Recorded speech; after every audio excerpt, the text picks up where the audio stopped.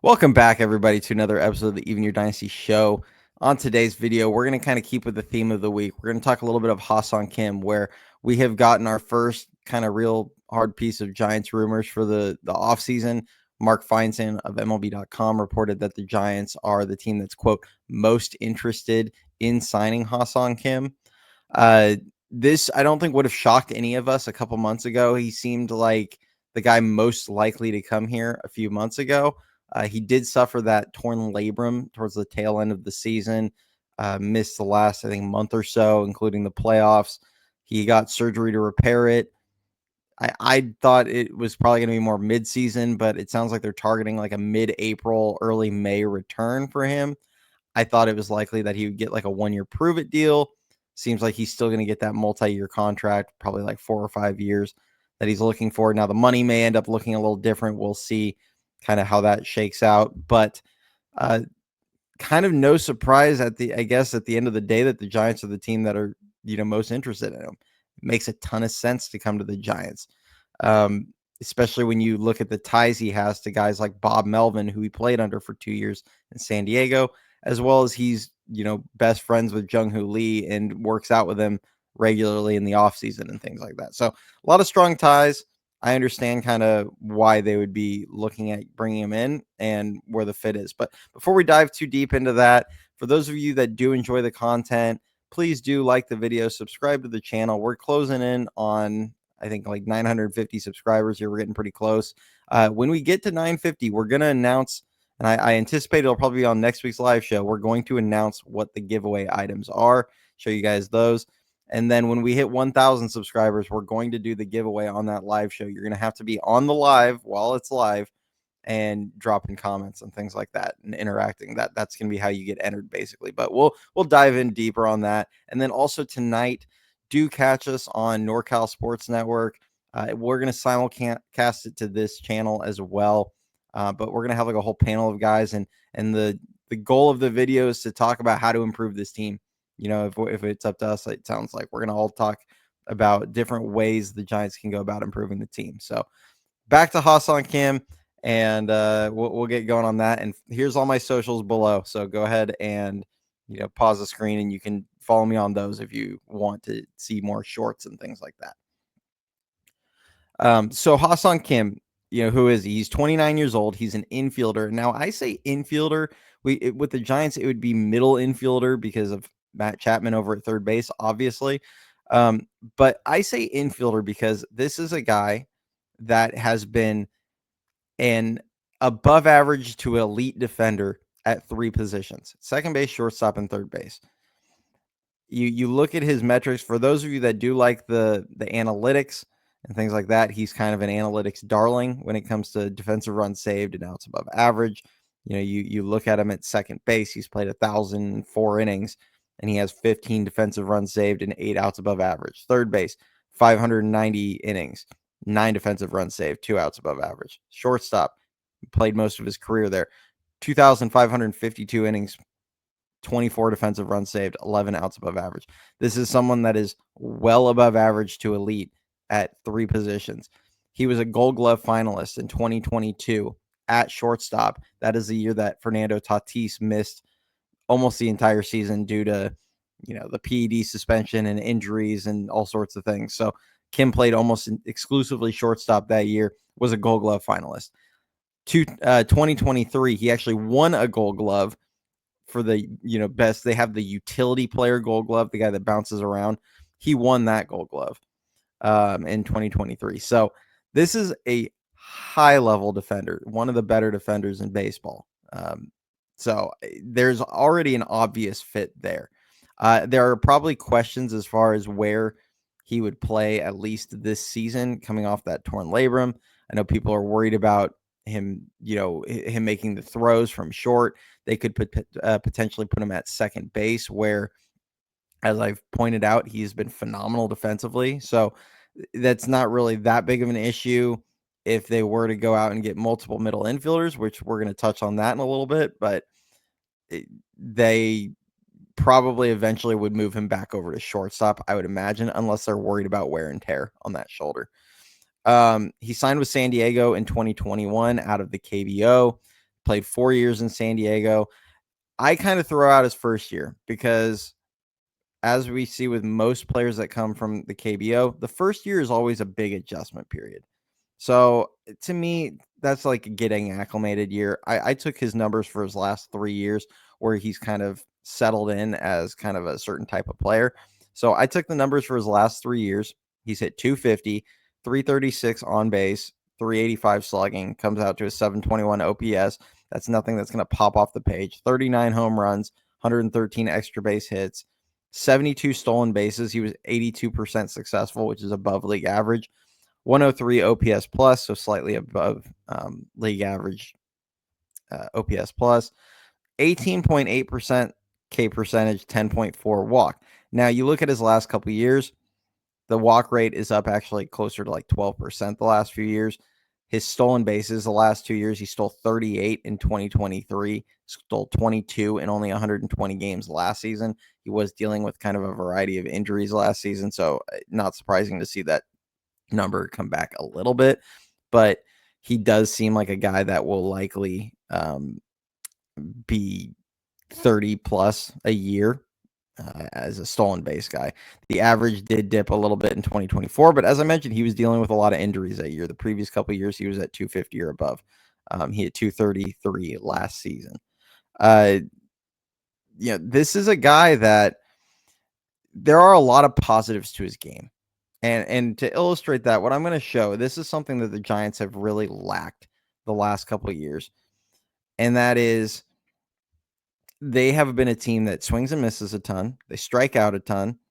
They actually get on base at a decent rate. That was actually one strength of that team, but then they were so bad situationally and they lacked a ton of team speed. Their defense wasn't great. So there's an obvious fit for Kim where he does kind of address a lot of different needs on this team and a lot of deficiencies they've had with this roster. So I understand kind of why they would want him. Now I'm gonna give my thoughts a little deeper on that, but just to kind of illustrate this, this is for those of you that aren't familiar with Baseball Savant. It tracks all kinds of different numbers as far as like this stuff at the top, the expected weighted on base and all that. That's not my cup of tea, but I know a lot of people do enjoy it. What I like is kind of the more tangible data, the chase percentage, the whiff percentage, the K percentage, the walk, all that stuff you can kind of see. You can look at like the exit velocity and stuff like that. You can get kind of some information on how hard he hits the ball. They also give their spray charts for home run or for all their batted or their hits.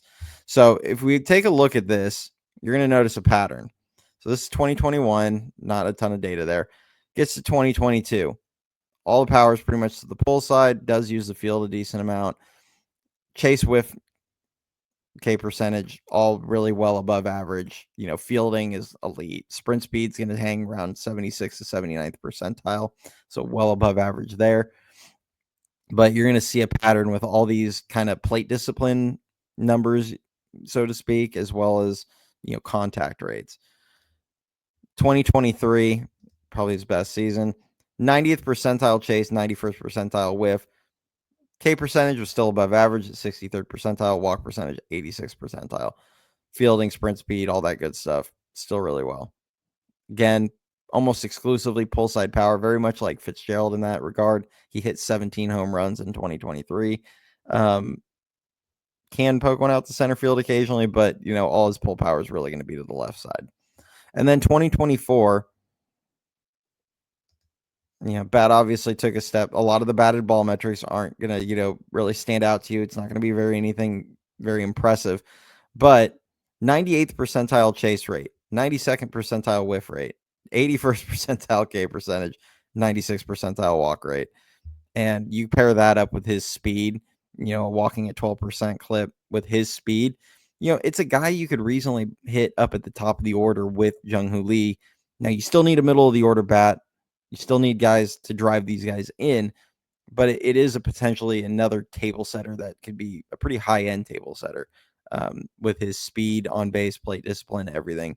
And you can kind of be a little interchangeable with him and Lee as far as who you want to lead off, who you want to hit second. I've always said Lee feels more like a prototypical number 2 hitter, in my opinion, guy that can be a high average bat control guy, but not necessarily elite speed. Kim feels like a guy that could actually lead off, get on base, steal bags. Kim, Lee moves him over, get him in. Like there is a fit there. So we're gonna close that out, and it just kind of you get an idea with his game where his strengths lie and where how that impacts the current roster. Now, um, I do think he would be probably the most underwhelming shortstop that they could get if you look both trade market and free agency. And that's kind of where the struggle is. You look at a guy like Kim, he can absolutely help this team. He absolutely makes them better. But there's multiple guys out there that probably make, that are better players, more potentially impactful players, guys that, drive guys in that the team has lacked for a long time, have some more power, better RBI guys, whatever, however you want to look at it. So in that regard, I understand like he would be kind of disappointing, but there was kind of a wrinkle with some of the reporting that's out there and some of the rumors that are out there that the Giants might actually be trying to get both him and Willie Adames. And I think that would actually make a ton of sense. Now, then it comes down to where does Tyler Fitzgerald play? What happens with Casey Schmidt? Yada, yada, all those different things, which Tyler Fitzgerald, he can be a utility guy. He can play all over. You have the DH. You don't have a full-time DH like last season with Jorge Soler. He can play all the outfield spots. He can play first base even, maybe even sneaky turn him into the right-handed half of the platoon until Eldridge comes. You can bounce him all over the place and get and find him at bats. Guys need days off. You can easily tell 4 or 5 guys a week, you're going to get it off, you're going to get a day off, you're going to so on, and then play him a day at each spot. There's a lot of ways to get Tyler Fitzgerald into the lineup, especially when you factor the DH in. Casey Schmidt probably turns into a trade piece. I like Casey Schmidt. I'm a believer in Casey Schmidt. If they somehow pull 2 shortstops in or 2 middle infielders in, he's already blocked at his best position. He should have some value still after the season he just came off of.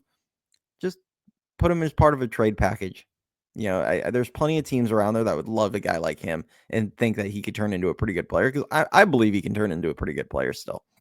So that's a guy that, he's not going to fetch you a top player, but he has some value in a trade. Pair him up with another prospect, you probably can get a decent player back. So there is a fit there. And I don't believe signing a guy like Ha-Seong Kim should, exclude you from or prevent you from trying to go after a Willie Adames, or maybe you go after a Santander, or I'm not going to hold my breath on Soto, but you go after another big time player, because I think he can be a great like second or third best player you acquire this offseason. He can't be your headliner. Like the team has too many needs for impact players for Ha-Seong Kim to be your headlining signing and headlining acquisition this offseason. So like, that's kind of where I fall on that. If they do sign him and it's like an early signing, which it almost sounds, some of the reports out there might be a quick movement on that one. It would be a good signing. I do think he's going to make somewhere in the 10 to 14 million a year AAV for 4 or 5 years. So whatever that contract ends up looking like, but maybe they make it more incentive based. It could be like a $10 million base with a bunch of incentives that can bump it up $5-6 million bucks a year if based on games played and performance and whatnot. With that shoulder injury, that wouldn't surprise me. But I mean, the way I look at it is if you're paying him 14 million a year for 5 years, that's 70 million. If you're paying him that money every year and he's playing, fringe Gold Glove defense and hitting 10 home runs, getting on base at a 340 clip and stealing you 30 plus bags a year while being a good solid table setter at the top of the lineup, I don't think any Giants fans are going to feel bad about that. Like, I think everyone's going to feel like he's well worth the money and he's not really stopping you from getting anybody else. And, he does, like, there are some other positives. He's not a qualifying offer player. He's not going to cost you a pick or the international bonus money if you do sign him because of that. So some good things there. I want to see them get more like that. That's my main thing. You have to get more than just Ha-Seong Kim if they do go that route. But he does almost feel like an inevitability. I mean, I said it with Chapman last year, kind of most, I think it was January or so, February. I kind of put out a video that was like, is Matt Chapman just kind of inevitable to the Giants? Ha-Seong Kim almost feels like an inevitability. And I will be genuinely shocked at this point after the injury didn't really scare them off. I would be genuinely shocked unless the medical comes back super poorly if he does not end up signing with the Giants at this point. So we'll see. Tell me your guys' thoughts. I love to hear them. I love all the interaction. You guys are awesome in the comments. But other than that, catch us tonight on NorCal, and we will catch you next time. Thanks.